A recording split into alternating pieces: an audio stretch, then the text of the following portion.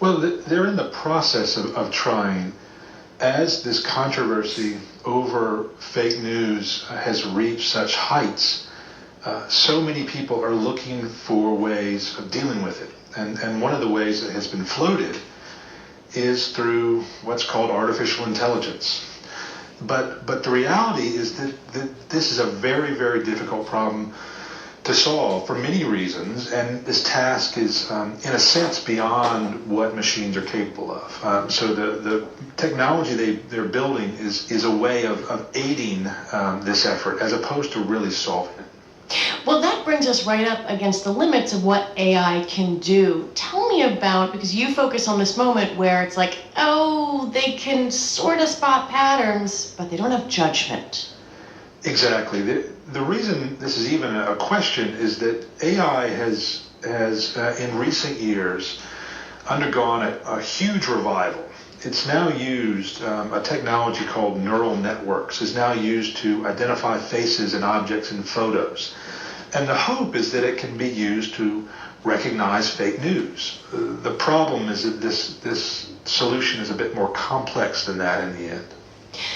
When you spoke to the researchers and when you look at the landscape out there, do you think there's a role for an AI like this within, say, a Facebook or a Google or the companies that work as distribution mechanisms between people? Because that seems to be the place where a lot of this moves out into the larger world.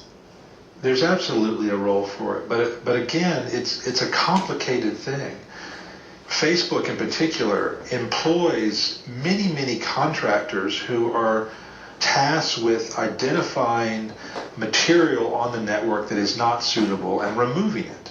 Sometimes algorithms and sometimes users of Facebook will flag what they see as potentially inappropriate material, and then these human contractors will make the final call. And this is what we're moving towards with the fake news problem.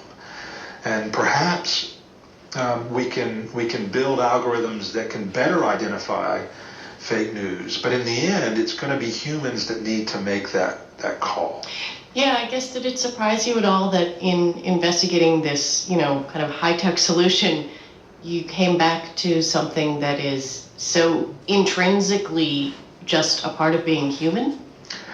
I don't think it's surprising. I've spent a lot of years, I have to say, covering companies like Facebook. So I've seen the way it works, and I've seen the limitations of the technology. I think that what this shows is that the general public needs to understand that better. They need to understand the way that Facebook works, the way that Google works a bit more than they do. And I think that that's part of the problem here, is that people are taking these things as organs of automation and of truth, and they're not. They're flawed. They're flawed just like humans are flawed.